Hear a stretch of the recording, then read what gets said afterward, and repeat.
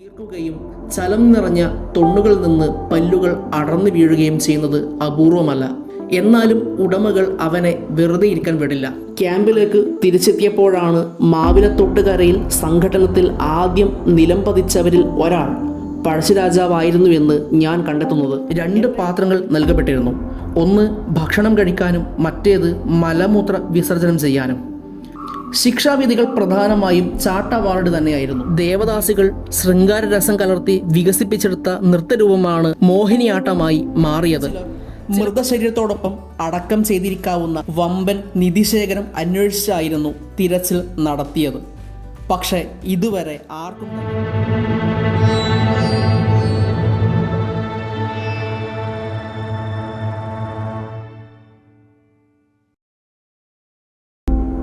കാട്ടിൽ നിന്ന് നാഗരികതയിലേക്ക് എത്തിപ്പെട്ട് മനുഷ്യന്റെ അടിമകളെ പോലെ ജീവിക്കുന്ന ഗജവീരന്മാർ ഉപദ്രവങ്ങൾ കൊണ്ട് സഹികെടുമ്പോഴോ മതപ്പാടുണ്ടാകുന്ന ചുരുക്കം ചില സാഹചര്യങ്ങളിലോ ആക്രമണത്തിന് മുതിരാറുണ്ട്. ഉത്സവങ്ങളിൽ തിടമ്പേറ്റിയും തലപ്പൊക്ക മത്സരങ്ങളിൽ മസില് പെരുപ്പിച്ചും സാംസ്കാരിക ഘോഷയാത്രകളിൽ അണിനിരന്നും അവ ജീവിതം തള്ളി നീക്കുന്നു. കാടുകളിൽ അർമാദിച്ച് നടക്കേണ്ട സമയത്താണ് നാട്ടിലെ ചെണ്ടയുടെയും മറ്റ് മേളങ്ങളുടെയും ഇടയിൽ മണിക്കൂറുകളോളം ജലപാനമില്ലാതെ ആനകൾക്ക് നിൽക്കേണ്ടി വരുന്നത്. കാട്ടിലെ ആനയെ പിടിച്ച് നാട്ടിൽ കൊണ്ടുവന്ന് മെരുക്കിയെടുക്കുന്ന രീതി വേദകാലഘട്ടം മുതലേ കാണാവുന്നതാണ്. അങ്ങനെ അതിൻ്റെ സ്വാഭാവിക ആവാസ വ്യവസ്ഥയിൽ നിന്നും നഗരങ്ങളിലേക്ക് പറിച്ചു നട്ടും നാട്ടിലെ മനുഷ്യൻ കാട് കയ്യേറിയും ഗജരാജനെ അലോസരപ്പെടുത്തുന്നു. മനുഷ്യൻ ഇത്രയധികം ചൂഷണം ചെയ്ത ഉപദ്രവിച്ച മറ്റൊരു മൃഗം ഇല്ലെന്ന് തന്നെ പറയാം. വില്യം ലോഗന്റെ മലബാർ മാനുവലിൽ ഈ ഒരു കാര്യം ഇങ്ങനെയാണ് വിശദീകരിക്കുന്നത്. ജില്ലയിലെ ഏറ്റവും പ്രധാനപ്പെട്ട മൃഗസമ്പത്ത് എന്ന് പറയാവുന്നത് കാട്ടാനകളാണ്. മെരുക്കിയെടുത്ത ആനകളില്ലാതെ കാടുകളിൽ നിന്ന് മരം പിടിക്കുന്നത് അസാധ്യം തന്നെ. നിബിഡ വനങ്ങളിലേക്ക് കടന്നാൽ കാട്ടാനകളെ വീഴ്ത്തുന്നതിന് കുഴിച്ചു വെച്ച എണ്ണമറ്റ കുഴികൾ കാണാം. നമ്മൾ കാണുന്ന കുഴികൾ പകുതിയെങ്കിലും കാലപ്പഴക്കം ചെന്നവയും പാതി തൂർന്നവയുമാണ്. നായന്മാരും മാപ്പിളമാരുമാണ് ആനപിടുത്തത്തിൽ മുമ്പന്മാർ. കാട്ടിൽ നിന്ന് മരം കടത്തിക്കൊണ്ടു പോരുന്നതിന് അവയെ ഉപയോഗിക്കുന്നു. കൊമ്പുകൾ കൊണ്ടാണ് ആനകൾ മരം പിടിക്കുന്നത്. പനനാരിൻ്റെ കട്ടിക്കയറുകൾ കെട്ടിവരിഞ്ഞാണ് കൂറ്റൻ തടികൾ അവൻ വലിച്ചു കൊണ്ടുപോകുന്നത്. കയറിൻ്റെ ഒരറ്റം ആന കടിച്ചു പിടിക്കുന്നു. മഴ പെയ്ത് വഴുതുന്ന മലഞ്ചെരുവുകളിലൂടെ മരം പിടിക്കുമ്പോഴുണ്ടാകുന്ന ആഘാതമേറ്റ് പല്ലുകൾ പൊട്ടുകയോ തൊണ്ണിൽ നിന്ന് പറഞ്ഞു പോവുകയോ ചെയ്യും. യാതൊരു യുക്തിബോധവുമില്ലാതെ കൊടും ക്രൂരമായി തടി വലിപ്പിക്കപ്പെടുന്നത് കൊണ്ട് ആനകളുടെ താടിയെല്ലുകൾ വീങ്ങി വീർക്കുകയും ചലം നിറഞ്ഞ തൊണ്ണുകളിൽ നിന്ന് പല്ലുകൾ അടർന്നു വീഴുകയും ചെയ്യുന്നത് അപൂർവമല്ല. എന്നാലും ഉടമകൾ അവനെ വെറുതെ ഇരിക്കാൻ വിടില്ല. അളിഞ്ഞഴുകിയ താടിയെല്ലുകൾ കൊണ്ട് അപ്പോഴും അവൻ പ്രതികൂല സാഹചര്യങ്ങളിലും തടികൾ വലിക്കണം. പശ്ചിമഘട്ട നിരകൾക്ക് കീഴെയുള്ള വനങ്ങളിലും ബേനി, ചെത്തിലത്ത്, കുദ്രക്കോട്ട് തോട്ട, തേക്കുവനങ്ങളിലും ധാരാളം ആനകളെ കാണാം. എന്നാൽ പശ്ചിമഘട്ട നിരകൾക്കപ്പുറത്ത് കാണുന്ന ആനക്കൂട്ടങ്ങൾ ഭാഗികമായി കുടിയേറ്റക്കാരാണെന്ന് പറയണം. പർവ്വത നിരകൾക്കപ്പുറത്ത് മൈസൂർ വനങ്ങളിലെ വരണ്ട കാലാവസ്ഥ തേടി അവ പോകുന്നത് വയനാടൻ വനങ്ങളിൽ കാലവർഷം തകർത്തു പെയ്യുമ്പോഴായിരിക്കും. മൈസൂരിലെ കറുത്ത ലവണമിശ്രമായ മണ്ണ് ആനകളുടെ വയറുകടിക്ക് സിദ്ധൌഷധമാണ്. ആ മണ്ണു കണ്ടാൽ ആനകൾ അത് കണ്ടമാനം വാരി വലിച്ച് വയറ്റിലാക്കും. നാട്ടിൽ പോറ്റുന്ന ആനകളും വയറുകടിപ്പെട്ടാൽ ജന്മസിദ്ധമായ പ്രേരണ കൊണ്ട് ഉപ്പ് രസമുള്ള മണ്ണുവാരി തിന്നുന്നത് പാപ്പാന്മാർ കണ്ടുവെന്നിരിക്കട്ടെ. അയാൾക്കറിയാം ആനയ്ക്ക് വയറുകടി പിടിപെട്ടിരിക്കുകയാണെന്ന്. അയാൾക്കതിന് പ്രതിവിധിയുണ്ട്.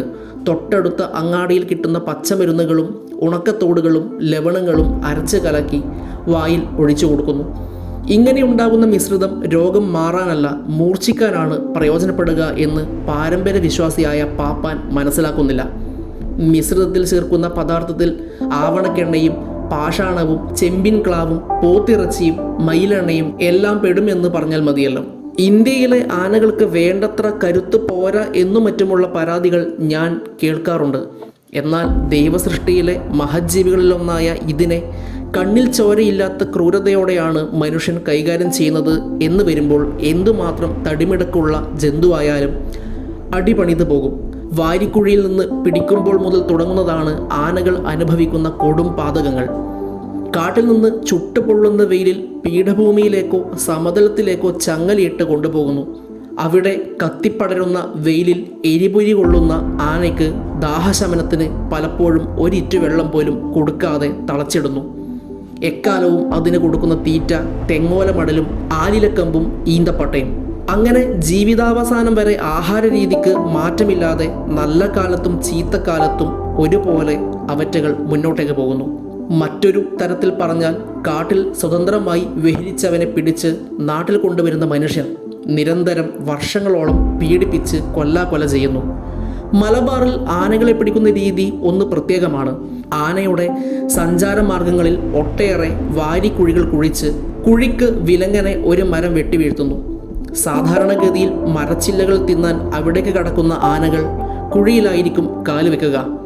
കുഴിയിൽ വീണാൽ പിന്നെ ആന കുടുങ്ങിയത് തന്നെ. എന്നാൽ വാരിക്കുഴികൾ മണത്തറിയുന്ന ആനകളുമുണ്ട്, പ്രത്യേകിച്ചും പിടിയാനകൾ. സംശയം തോന്നിയാൽ കുഴിക്ക് കുറുകെ വീണ മരം തുമ്പിക്കൈ കൊണ്ട് വലിച്ചു നീക്കി അവ പിമ്പേ വരുന്നവർക്ക് മുന്നറിയിപ്പായി കുഴികൾ അനാവരണം ചെയ്തു വെക്കും. കുഴിയിൽ വീണുന്ന ആനകളിൽ പലതും ഗുരുതരമായി പരുക്കുപറ്റി കുഴിയിൽ തന്നെ ചത്തുപോകാറുമുണ്ട്. 1887 പ്രസിദ്ധീകരിച്ച മലബാർ മാനുവലിൽ പറയുന്ന ഈ ദുരിത ജീവിതം അവറ്റകൾ അനുഭവിക്കാൻ തുടങ്ങിയിട്ട് നൂറ്റാണ്ടുകൾ തന്നെയായി. നിർഭാഗ്യവശാൽ അതിനിയും തുടർന്നുകൊണ്ടിരിക്കുകയും ചെയ്യും. 1793 മുതൽ 1797 വരെയും 1800 മുതൽ 1805 വരെയും 2 വ്യത്യസ്ത സമയങ്ങളിൽ നടന്ന 1ഉം 2ഉം പഴശ്ശി സമരങ്ങൾ ബ്രിട്ടീഷുകാരുടെ തെറ്റായ നികുതി നയത്തിനെതിരെയും വയനാട് കൈവശമാക്കാൻ ബ്രിട്ടീഷുകാർ ശ്രമിച്ചതുമാണ് കാരണമെന്ന് ചരിത്രത്തിൽ നിന്ന് മനസ്സിലാക്കാം. ദേശീയ വിമോചനത്തിന് വേണ്ടിയുള്ള ജനകീയ പ്രക്ഷോഭമോ ജനകീയ യുദ്ധമോ ആയിരുന്നു യഥാർത്ഥത്തിൽ പഴശ്ശി വിപ്ലവങ്ങൾ. ജാതിയോ മതമോ നോക്കാതെ എല്ലാ ജനങ്ങളും കേരളവർമ്മ പഴശ്ശിരാജയുടെ പിന്നിൽ ബ്രിട്ടീഷുകാർക്ക് എതിരായി നിന്നു. യുവാവും ഉത്സാഹശാലിയുമായിരുന്ന തോമസ് ഹാർവേ ബാബർ എന്ന ബ്രിട്ടീഷ് ഉദ്യോഗസ്ഥൻ 1804 തലശ്ശേരിയിലെ സബ് കളക്ടറായി വന്നു.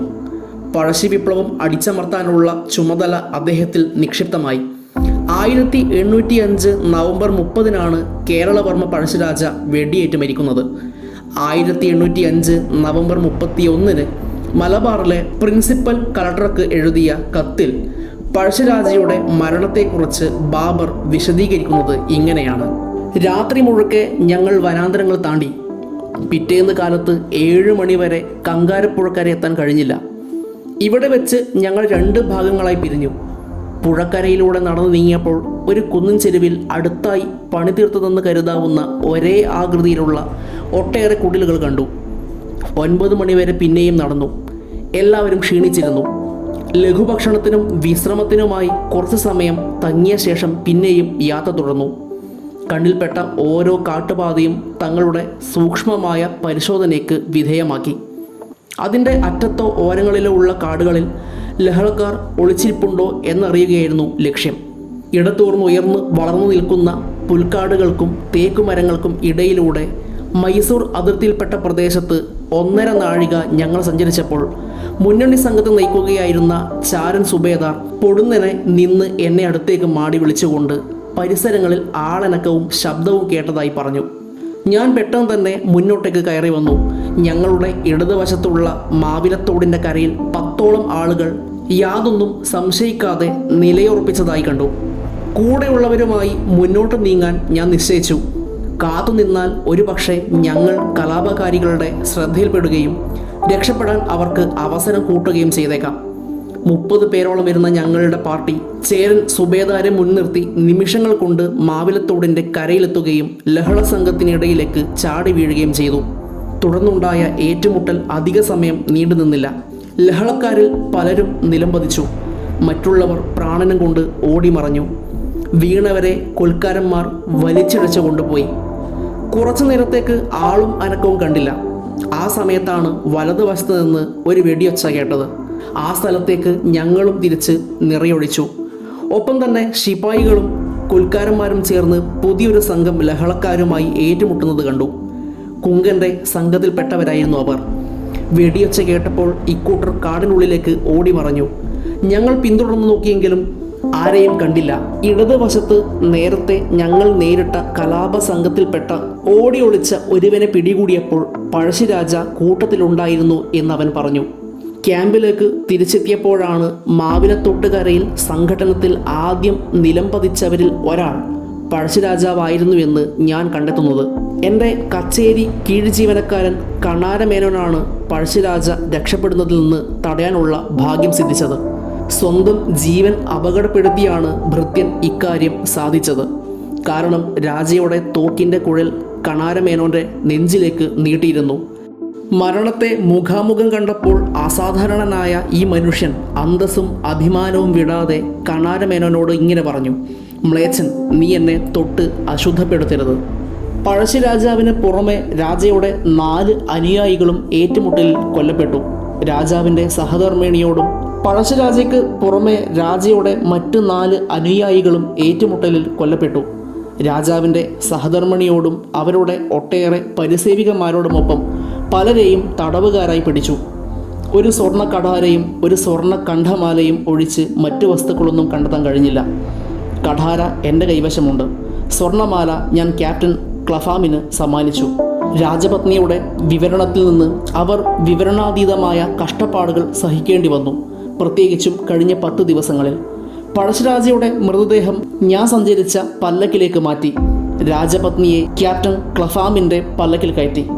അടുത്ത ദിവസം പഴശ്ശിരാജയുടെ മൃതദേഹം ശക്തമായ പട്ടാളക്കാവലോടെ മാനന്തവാടിയിലെത്തിച്ചു.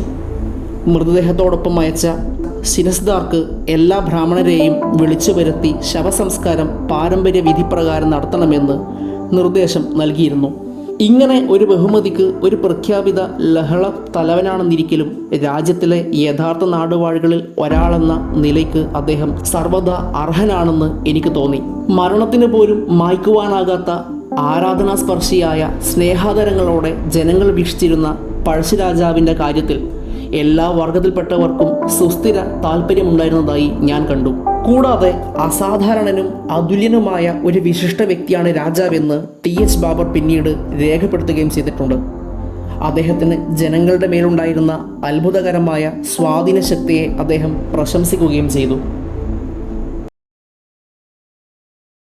കേരളത്തിലെ ജയിലുകളിലെ ഫുഡ് മെനു കണ്ടിട്ടുണ്ടോ? തിങ്കൾ മുതൽ ഞായർ വരെയുള്ള ഭക്ഷണ ലിസ്റ്റിൽ ചോറ്, ചപ്പാത്തി മുതൽ മട്ടൻ കറി വരെയുണ്ട്. തിങ്കളാഴ്ച രാവിലെ ചപ്പാത്തി കടലക്കറിയിൽ തുടങ്ങി ഉച്ചയ്ക്ക് ചോറ്, മീൻകറി, വൈകുന്നേരം ചായ, രാത്രി ഭക്ഷണം ചോറ്, കപ്പ, രസം, അച്ചാർ. ചൊവ്വാഴ്ച ഉപ്പുമാവ്, പഴം, ഉച്ചയ്ക്ക് ചോറ്, സാമ്പാർ, അവിയൽ, തൈര്, രാത്രി ചോറ്, തോരൻ, പട്ടാണി കടലക്കറി. ശനിയാഴ്ച ഒന്നുകൂടി ഗ്രാൻഡാണ്. രാവിലെ ഉപ്പുമാവ്, പഴം, ഉച്ചയ്ക്ക് ചോറ്, തോരൻ, മട്ടൻ കറി, പുളിശ്ശേരി. ഇങ്ങനെ പോകുന്നു ഫുഡ് മെനു. കേട്ടറിവ് ശരിയാണെങ്കിൽ ഒഴിവ് വേള TV കാണാനും ക്യാരംസ്, ചെസ്സ് തുടങ്ങിയ വിനോദങ്ങളിൽ ഏർപ്പെടാനും സൗകര്യമുണ്ട്. കുറച്ചുനാൾ മുന്നേ കേരളത്തെ പിടിച്ചുകുലുക്കിയ കുപ്രസിദ്ധമായ ഒരു റേപ്പ് കേസിലെ പ്രതിയാണ് ഇത്. നമ്മൾ പറഞ്ഞ സുഖസൗകര്യങ്ങളുടെ ആകെ തുകയാണ് ഈ കാണുന്നത്. ഇനി നാടിനു വേണ്ടി ജയിലിൽ പോയവരുടെ ചരിത്രം നോക്കാം. അതിന് കുറച്ചുകൂടി പിറകിലോട്ട് പോകണം. ഇന്ത്യൻ സ്വാതന്ത്ര്യ സമരത്തിൻ്റെ ഭാഗമായി രാഷ്ട്രീയ തടവുകാരായി പിടിക്കപ്പെടുന്ന വ്യക്തികളെ പാർപ്പിച്ചിരുന്ന ജയിൽ ഇന്ത്യയുടെ ഭാഗമായ ആൻഡമാൻ നിക്കോബാർ ദ്വീപിൽ ഉണ്ടായിരുന്നു. ആ ജയിലിനെ പറയുന്ന പേരാണ് സെല്ലുലാർ ജയിൽ. കാലാപാനി എന്ന സിനിമയിൽ ഈ ജയിലിനെ കുറിച്ചും അവിടുത്തെ രീതികളെക്കുറിച്ചും വളരെ വിശദമായി തന്നെ കാണിച്ചിട്ടുണ്ട്. കാലാപാനി എന്ന പേര് സെല്ലുലാർ ജയിലുമായി ബന്ധപ്പെട്ട ദ്വീപ സമൂഹങ്ങൾക്ക് വരാൻ പല കാരണങ്ങളുണ്ട്. കാലാപാനി എന്ന വാക്കിൻ്റെ അർത്ഥം തന്നെ കറുത്ത വെള്ളം എന്നാണ്. ബ്രിട്ടീഷുകാരുടെ ക്രൂരമായ പല ചെയ്തികളും കൊണ്ട് കുപ്രസിദ്ധി നേടിയ ജയിലായിരുന്നു ഇത്. ഈ ജയിലിനെ കുറിച്ച് പറയുമ്പോൾ ആൻഡമാനിലെ 572 ദ്വീപുകളിൽ അറ്റ്ലാന്റ പോയിന്റിലാണ് ഈ ഒരു ജയിൽ സ്ഥിതി ചെയ്യുന്നത്. ഇതിൻ്റെ ഘടന എന്നത് ഒരു വാച്ച് ടവറും അതിൽ നിന്ന് നീണ്ടു പോകുന്ന 7 ബ്ലോക്കുകളുമാണ്. ഈ 7 ബ്ലോക്കുകളും 3 നിലകളിലായിട്ടാണ് അറേഞ്ച് ചെയ്യപ്പെട്ടിരിക്കുന്നത്. ഓരോ തടവ് പുള്ളിക്കും ഓരോ സെല്ല് എന്ന രീതിയിൽ 696 സെല്ലുകൾ ഈ ജയിലിൽ ഉണ്ടായിരുന്നു. തടവ് പുള്ളികളെ കഠിനമായി ജോലി ചെയ്യിപ്പിച്ച് കഠിനമായ ശിക്ഷ നൽകി അവരുടെ ഉള്ളിൽ എന്നും ഭീതി നിലനിർത്താൻ ബ്രിട്ടീഷുകാർ ശ്രദ്ധിച്ചിരുന്നു. ഇന്ത്യയുടെ ഒന്നാം സ്വാതന്ത്ര്യ സമരം എന്നറിയപ്പെടുന്ന 1857 കലാപ സമയത്തായിരുന്നു ബ്രിട്ടീഷുകാർ ആൻഡമാനിലേക്ക് രാഷ്ട്രീയ തടവുകാരെ കടത്തിക്കൊണ്ടുപോയിരുന്നത്. ആ ഒരു സമയത്ത് പ്രസ്തുത ജയിൽ അവിടെ ഉണ്ടായിരുന്നില്ല. ജയിലിൻ്റെ നിർമ്മാണം തുടങ്ങുന്നത് 1893 1893 മുതൽ 1906 വരെയുള്ള 13 വർഷ കാലയളവിനുള്ളിലാണ് ജയിലിൻ്റെ നിർമ്മാണം പൂർത്തിയാവുന്നത്. എത്ര ക്ഷീണിതനാണെങ്കിലും കഠിനമായി ജോലി ചെയ്യണമെന്നത് നിർബന്ധമായിരുന്നു. ശേഷം നേരെ സെല്ലിലേക്കും. സെല്ലിൽ കഴിയുന്ന സമയം മുഴുവനും തടവുകാരുടെ കൈകളും കാലുകളും ഇരുമ്പ് ദണ്ട് ഉപയോഗിച്ച് ലോക്ക് ചെയ്യുമായിരുന്നു. ഇതിനെ ബാർ ഫൈറ്ററുകൾ എന്നാണ് പറയുന്നത്. ജോലി സമയത്ത് മാത്രമായിരുന്നു ബാർ ഫൈറ്ററുകൾ അൺലോക്ക് ചെയ്തിരുന്നത്. ജോലി ചെയ്ത് ക്ഷീണിതനാവുമ്പോൾ ദാഹജലം കൊടുക്കുന്നതും കമ്മിയായിരുന്നു. ശുദ്ധജലത്തിൻ്റെ ദൗർലഭ്യം തന്നെയായിരുന്നു ഇതിന് കാരണം. ജയിൽ അധികൃതർ മഴവെള്ളത്തിനെയായിരുന്നു ഏറ്റവും കൂടുതൽ ആശ്രയിച്ചിരുന്നത്. അതുകൊണ്ട് തന്നെ ശുദ്ധജലം എല്ലായ്പ്പോഴും ജയിൽ ഓഫീസർമാർക്ക് മാത്രമായിരുന്നു ലഭിച്ചിരുന്നത്. തടവ് പുള്ളികളെ പലപ്പോഴും പട്ടിണിക്കിടുമായിരുന്നു. ജീവൻ നിലനിർത്താനുള്ള വെള്ളം മാത്രമായിരുന്നു ഈ സമയം അവർക്ക് നൽകിയിരുന്നത്. പട്ടിണിക്കിടുക എന്ന് പറയുമ്പോൾ മറ്റു സമയം യഥേഷ്ടം ഭക്ഷണം ലഭിച്ചിരുന്നു എന്ന് അർത്ഥമില്ല. പേരിന് മാത്രം അരി വേവിച്ചിരുന്നു. കൂടാതെ കാട്ടുപുല്ല് വേവിച്ചും നൽകിയിരുന്നു. ഭക്ഷണത്തിൽ നേരിട്ട് ഉപ്പ് ഉൾപ്പെടുത്തിയിരുന്നില്ല. ഉപ്പ് ഒരു കോട്ട എന്ന രീതിയിൽ ഒരു നുള്ള് കയ്യിൽ കൊടുക്കുകയായിരുന്നു പതിവ്. 2 പാത്രങ്ങൾ നൽകപ്പെട്ടിരുന്നു. ഒന്ന് ഭക്ഷണം കഴിക്കാനും മറ്റേത് മലമൂത്ര വിസർജനം ചെയ്യാനും. ശിക്ഷാവിധികൾ പ്രധാനമായും ചാട്ടവാറടി തന്നെയായിരുന്നു. ദിവസങ്ങളോളം കൈകൾ കൂപ്പി നിൽക്കൽ, ഉറങ്ങാൻ സമ്മതിക്കാതിരിക്കൽ, ഏകാന്ത തടവ് എന്നിവയായിരുന്നു പ്രധാനപ്പെട്ട ശിക്ഷ. ഏകാന്ത തടവിന് വിധിക്കപ്പെട്ടവർ പലപ്പോഴും ദിവസങ്ങളോളം കരഞ്ഞും പിന്നീട് ആ കരച്ചിൽ ഭ്രാന്തിലേക്ക് തിരിഞ്ഞ് ചിരിയായും എല്ലാറ്റിനും ഒടുവിൽ സെല്ലിലെ ഇരുമ്പ് വാതിലിൽ തലയടിച്ച് ആത്മഹത്യ വരെ എത്തി നിൽക്കുമായിരുന്നു അത്. ചുരുക്കി പറഞ്ഞാൽ നമ്മുടെ നാടിന് വേണ്ടി സ്വയം ജീവിതം അർപ്പിച്ച സ്വാതന്ത്ര്യ സമര സേനാനികൾക്ക് അന്നത്തെ കാലത്ത് ചാട്ടവാറടിയും പട്ടിണിയും. മനം മരവിപ്പിക്കുന്ന കുറ്റങ്ങൾ ചെയ്തവർക്ക് ഇന്ന് മട്ടൺ കറിയും മറ്റ് സുഖസൗകര്യങ്ങളും. ദേവദാസി സമ്പ്രദായവുമായി ബന്ധപ്പെട്ട് തേവിടശ്ശി, കൂത്തച്ചി തുടങ്ങിയ പദങ്ങളുടെ ഉത്ഭവത്തെക്കുറിച്ച് ഒരു വീഡിയോ മുന്നേ ചെയ്യുകയുണ്ടായി. ഇത് ദേവദാസി സമ്പ്രദായത്തെക്കുറിച്ച് ഒന്നുകൂടി വിശദീകരിക്കുന്ന 2ാമത്തെ വീഡിയോ ആണ്. പാർട്ട് 1 കാണാത്തവർക്ക് മുകളിൽ ഐ ബട്ടൺ വയ്ക്കുന്നുണ്ട്. കൂടാതെ അവസാന ഭാഗത്ത് എൻ്റെ സ്ക്രീനിലും ഉൾപ്പെടുത്തുന്നതാണ്. പ്രേക്ഷകർക്കുണ്ടായ ചില സംശയങ്ങൾ ഈ വീഡിയോയിൽ പരിഹരിക്കുന്നതായിരിക്കും. കൂടാതെ കുറച്ചുകൂടി വിവരങ്ങൾ ആഡ് ചെയ്യാൻ വേണ്ടി ശ്രമിച്ചിട്ടുമുണ്ട്. അപ്പോൾ ഒരു പ്രേക്ഷകൻ ചോദിച്ചത് അനുസരിച്ച് ദേവദാസികൾക്ക് കുടുംബജീവിതം നയിക്കാനുള്ള അവകാശമുണ്ടായിരുന്നു എന്ന് വേണം കാണാൻ. കാരണം 13ാം നൂറ്റാണ്ടിൽ വേണാട് വാണിരുന്ന വീരകേരളവർമ്മൻ്റെ ഭാര്യ ദേവദാസിയായിരുന്ന കണ്ടിയൂർ തേവടച്ചി ഉണ്ണിക്കളത്തിരമായിരുന്നു. ഇത് നമ്മൾ 1ാമത്തെ വീഡിയോയിൽ ഓൾറെഡി പറഞ്ഞ വിഷയമാണ്. 2ാമതായി വിജയനഗരം ഭരിച്ചിരുന്ന പ്രസിദ്ധ രാജാവായിരുന്ന കൃഷ്ണദേവരായർ 2 ഭാര്യമാരോടൊത്ത് നിൽക്കുന്ന ഓട്ട് പ്രതിമ പ്രചാരം നേടിയ ഒന്നാണ്. ആ പ്രതിമയിൽ വലത് ഭാഗത്ത് നിർത്തിയിരിക്കുന്നത് ചിന്നദേവി എന്ന ദേവദാസിയെയാണ്. ഇനി ഇതുമായി ബന്ധപ്പെട്ടുള്ള ചില ചടങ്ങുകളെ കുറിച്ച് നമുക്ക് നോക്കാം. ദേവദാസിക്കുള്ള ആദ്യ ചടങ്ങ് താലികെട്ടാണ്.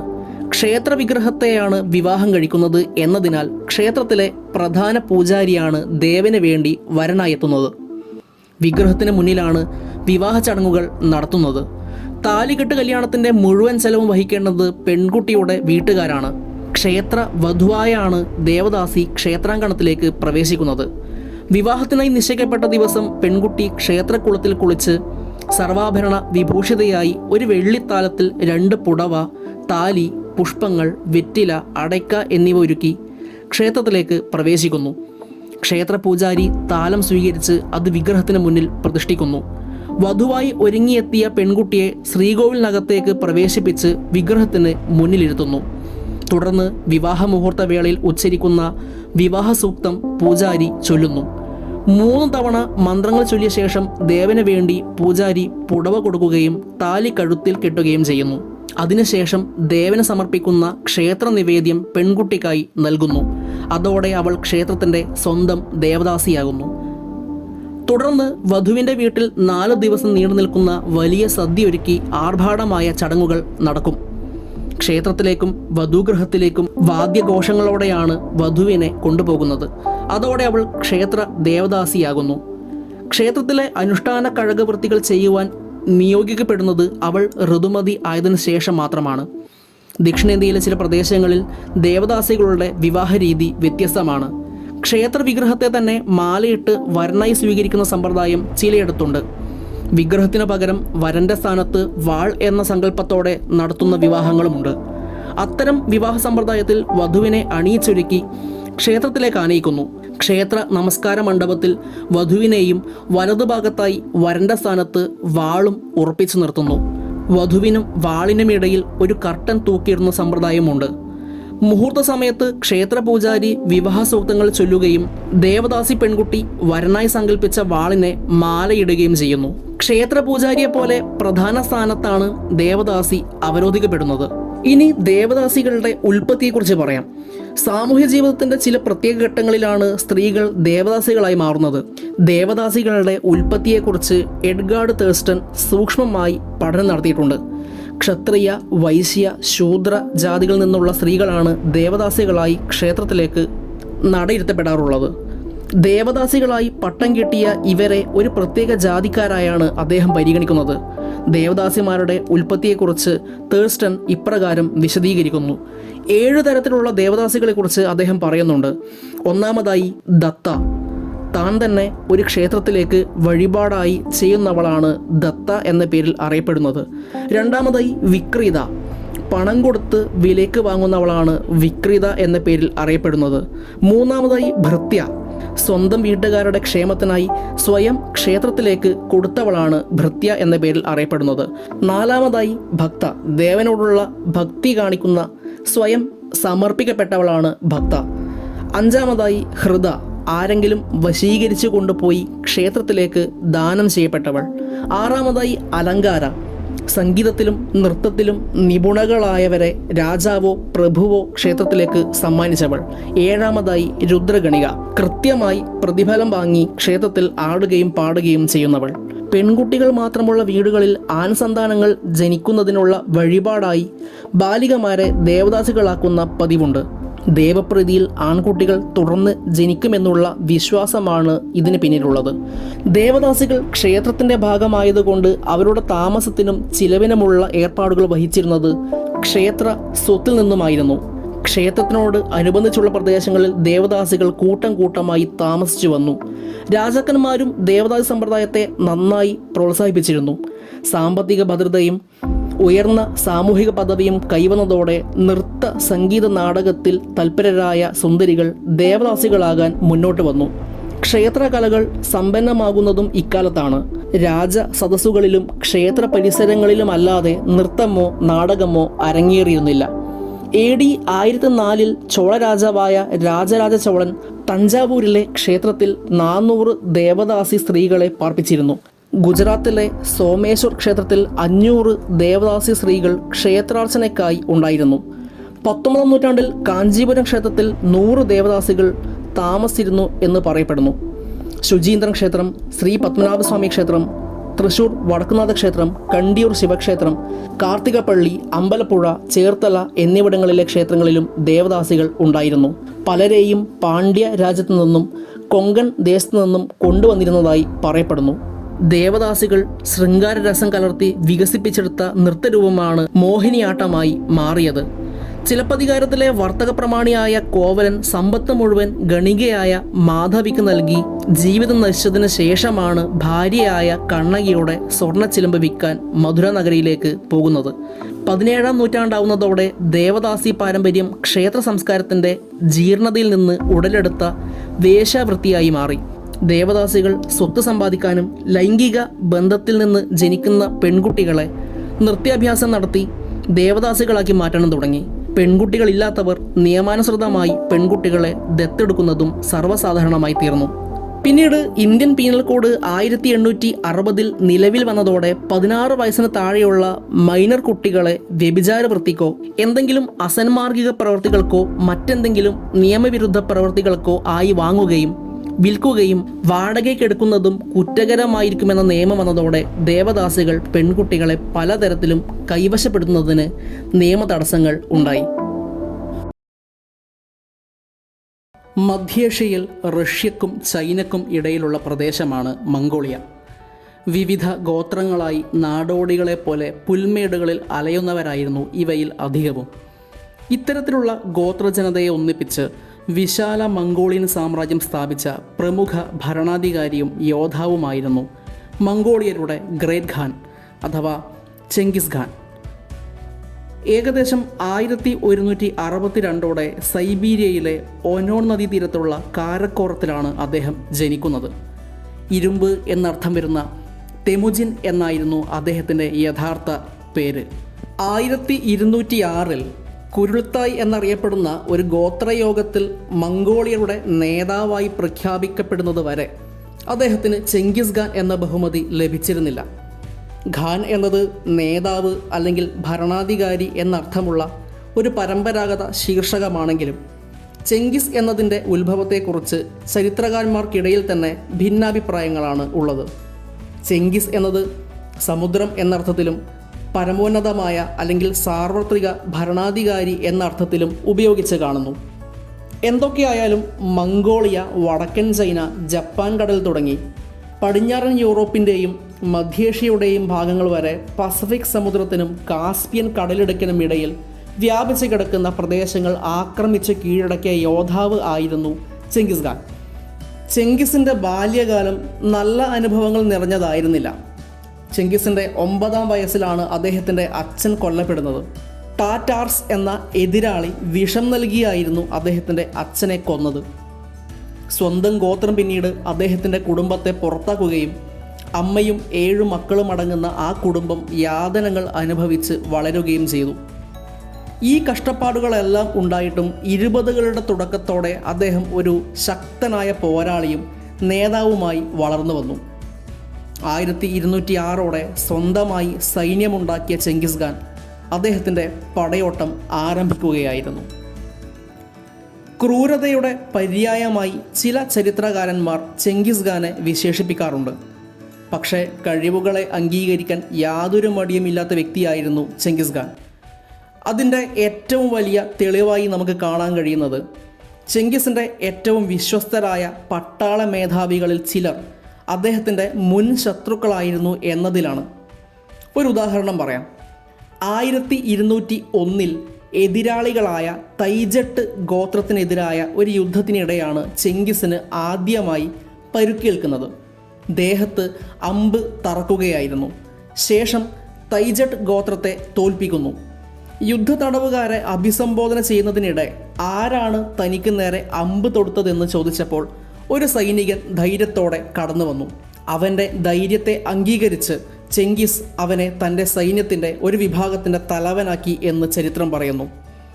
പിന്നീട് യുദ്ധകളത്തിലെ അവരുടെ ആദ്യ കൂടിക്കാഴ്ചയുടെ ബഹുമാനാർത്ഥം അദ്ദേഹത്തിന് അമ്പ് എന്നർത്ഥം വരുന്ന ജബെ എന്ന വിളിപ്പേര് ചെങ്കിസ് നൽകി. പ്രശസ്ത ജനറൽ സുബുതായ്ക്കൊപ്പം ഏഷ്യയിലെയും യൂറോപ്പിലെയും പല പ്രദേശങ്ങളും കീഴടക്കുമ്പോൾ മംഗോളിയരുടെ ഏറ്റവും വലിയ ഫീൽഡ് കമാൻഡർമാരിൽ ഒരാൾ ജബെ ആയിരുന്നു. മംഗോളിയൻ അധിനിവേശ സമയത്ത് എത്ര പേർ മരിച്ചുവെന്ന് കൃത്യമായി അറിയാൻ കഴിയില്ലെങ്കിലും പല ചരിത്രകാരന്മാരും ഈ സംഖ്യ ഏകദേശം 40 ദശലക്ഷമാണ് എന്ന് കണക്കാക്കുന്നു. ചെങ്കിസിൻ്റെ ജീവിതകാലത്ത് ചൈനയിലെ ജനസംഖ്യ ദശലക്ഷക്കണക്കിന് കുറഞ്ഞുവെന്ന് മധ്യകാലഘട്ടത്തിലെ പല കണക്കുകളും കാണിക്കുന്നുണ്ട്. മംഗോളിയരുടെ ആക്രമണം ലോക ജനസംഖ്യയുടെ 11% കുറച്ചിട്ടുണ്ട് എന്ന കണക്കും നിലവിലുണ്ട്. ചെങ്കിസ് ഖാൻ എങ്ങനെയാണ് മരിച്ചതെന്നോ എവിടെയാണ് അടക്കം ചെയ്തിരിക്കുന്നതെന്നോ ഇന്നും ആർക്കും അറിയാത്ത കാര്യമാണ്. ഖാൻ്റെ ജീവിതത്തെ ചുറ്റിപ്പറ്റിയുള്ള ഏതൊരു ചരിത്ര സ്രോതസ്സ് നമ്മൾ പരിശോധിച്ചാലും വ്യക്തമായ ഒരു ഉത്തരം നമുക്ക് ഇതിന് കിട്ടില്ല. കാരണം ഇത് ഇന്നും ചുരുളഴിയാത്ത രഹസ്യം തന്നെയാണ്. എന്നിരുന്നാലും ചില അഭിപ്രായങ്ങൾ നമുക്കൊന്ന് പരിശോധിക്കാം. 1227 കുതിരപ്പുറത്ത് നിന്ന് വീണുണ്ടായ പരിക്കുകളാൽ അദ്ദേഹം മരിച്ചു എന്ന് ചില വിവരണങ്ങളിൽ പറയുന്നുണ്ട്. മറ്റു ചില സ്രോതസ്സുകൾ പറയുന്നത് മലേറിയ ബാധിച്ച് അദ്ദേഹം മരണപ്പെട്ടു എന്നാണ്. മറ്റൊരു ചരിത്ര വായനയിൽ കാണാൻ കഴിയുന്നത് ചൈനയിലെ ഖാൻ തൻഗുട്ട് വംശത്തിലെ രാജകുമാരിയുടെ കുത്തേറ്റ് രക്തം വാർന്നാണ് ചെങ്കിസ് ഖാൻ മരിച്ചത് എന്നാണ്. അനിവാര്യമായ വധശിക്ഷ ഒഴിവാക്കാൻ പിന്നീട് ഈ രാജകുമാരി ഹൊയാങ്ഹോ നദിയിലേക്ക് എടുത്തു ചാടി ആത്മഹത്യ ചെയ്തു. അന്നു മുതൽ ഈ രാജകുമാരിയുടെ സ്മരണാർത്ഥം ഹൊയാങ്ഹോ ഖാത്തുൻഗോൾ എന്നും അറിയപ്പെടുന്നു, അഥവാ രാജകുമാരിയുടെ നദി എന്നും അറിയപ്പെടുന്നു. എന്നാൽ ഇത് വെറും കെട്ടുകഥയാണ് എന്നും ചില ചരിത്രകാരന്മാർ പറയുന്നുണ്ട്. ഈ അടുത്തിടെ ഓസ്ട്രേലിയയിലെ അഡ്ലൈഡ് സർവകലാശാലയ്ക്ക് കീഴിലുള്ള മെഡിക്കൽ സ്കൂളിലെ ഗവേഷകനായ വെങ് പെങ് യുവിൻ്റെ നേതൃത്വത്തിലുള്ള സംഘം പുതിയൊരു പഠനവുമായി രംഗത്ത് എത്തിയിട്ടുണ്ടായിരുന്നു. ഇത് പ്രകാരം ഖാൻ മരിച്ചത് പ്ലേഗ് ബാധിച്ചാണ് എന്ന് പറയപ്പെടുന്നു. ഇവരുടെ ഗവേഷണ ഫലങ്ങൾ international journal of infectious diseases എന്ന ജേണലിൽ പ്രസിദ്ധീകരിച്ചിട്ടുണ്ട്. എന്തുതന്നെയായാലും ചെങ്കിസ് ഖാൻ്റെ മരണം എങ്ങനെയായിരുന്നു എന്നത് ചരിത്രകാരന്മാരെ കുഴക്കുന്ന സംഗതി തന്നെയാണ്. ചെങ്കിസ് ഖാൻ്റെ മൃതശരീരം അടക്കിയ സ്ഥലം കണ്ടെത്തുന്നതിനായി മംഗോളിയയിലെ ബർഖാൻ ഖാൽദുനിലും ഖെൻതിയിലും ഗവേഷകർ തിരച്ചിൽ നടത്തിയിട്ടുണ്ട്. മറ്റു ചിലർ മൃതശരീരത്തോടൊപ്പം അടക്കം ചെയ്തിരിക്കാവുന്ന വമ്പൻ നിധിശേഖരം അന്വേഷിച്ചായിരുന്നു തിരച്ചിൽ നടത്തിയത്. പക്ഷേ ഇതുവരെ ആർക്കും തന്നെ അദ്ദേഹത്തെ കണ്ടെത്താനായിട്ടില്ല. മരിക്കുന്നതിന് മുമ്പ് ചെങ്കിസിൻ്റെ അഭ്യർത്ഥന പ്രകാരം ഒനോൺ നദിക്ക് സമീപം എവിടെയോ ആണ് അദ്ദേഹത്തെ അടക്കം ചെയ്തിരിക്കുന്നതെന്ന് ചില ചരിത്രകാരന്മാർ അഭിപ്രായപ്പെടുന്നു. സ്ഥലം രഹസ്യമായി സൂക്ഷിക്കാൻ ശവമഞ്ചത്തെ പിന്തുടർന്ന മുഴുവൻ ആൾക്കാരെയും കൊന്നുതള്ളി എന്നൊരു കഥ പ്രചാരത്തിലുണ്ട്. മാത്രമല്ല, മൃതദേഹം മറവ് ചെയ്യാനുള്ള പ്രദേശത്തുള്ള സ്ഥലവാസികളെയും കൊന്നൊടുക്കിയെന്നും അവസാനം ശവസംസ്കാര ചടങ്ങുകൾക്ക് ശേഷം അതിൽ പങ്കെടുത്ത വിശ്വസ്തരും തുടർന്ന് ആത്മഹത്യ ചെയ്തു എന്നും പറയപ്പെടുന്നു. എല്ലാത്തിൻ്റെയും അവസാനം മൃതദേഹം അടക്കം ചെയ്ത സ്ഥലം ഐഡൻറ്റിഫൈ ചെയ്യാതിരിക്കുന്നതിനായി 1000-ലധികം കുതിരകളെ ഈ പ്രദേശത്തു കൂടി, അതായത് ഒരു നാട് മുഴുവൻ കവർ ചെയ്യുന്ന രീതിയിൽ കുതിരകളെ പായിച്ച് കുളമ്പടയാളങ്ങൾ മാത്രം മണ്ണിൽ അവശേഷിപ്പിച്ചു എന്ന് പറയപ്പെടുന്നു. മറ്റൊരു ഐതിഹ്യത്തിൽ ഒരു നദി, ഒരുപക്ഷെ ഒനോൺ നദിയാവാം, അതുമല്ലെങ്കിൽ ഒനോണിൻ്റെ പോഷക നദിയാവാം, ചെങ്കിസിനെ അടക്കം ചെയ്ത പ്രദേശത്തു കൂടി ഒഴുക്ക് തിരിച്ചുവിട്ടു എന്നും പറയപ്പെടുന്നു. എന്തുതന്നെയായാലും ചെങ്കിസ് ഖാനും അദ്ദേഹത്തിൻ്റെ ജീവിതവും മരണവും അതിനുശേഷമുള്ള ചരിത്രവും ഇന്നും നിഗൂഢതയായി തുടരുന്നു.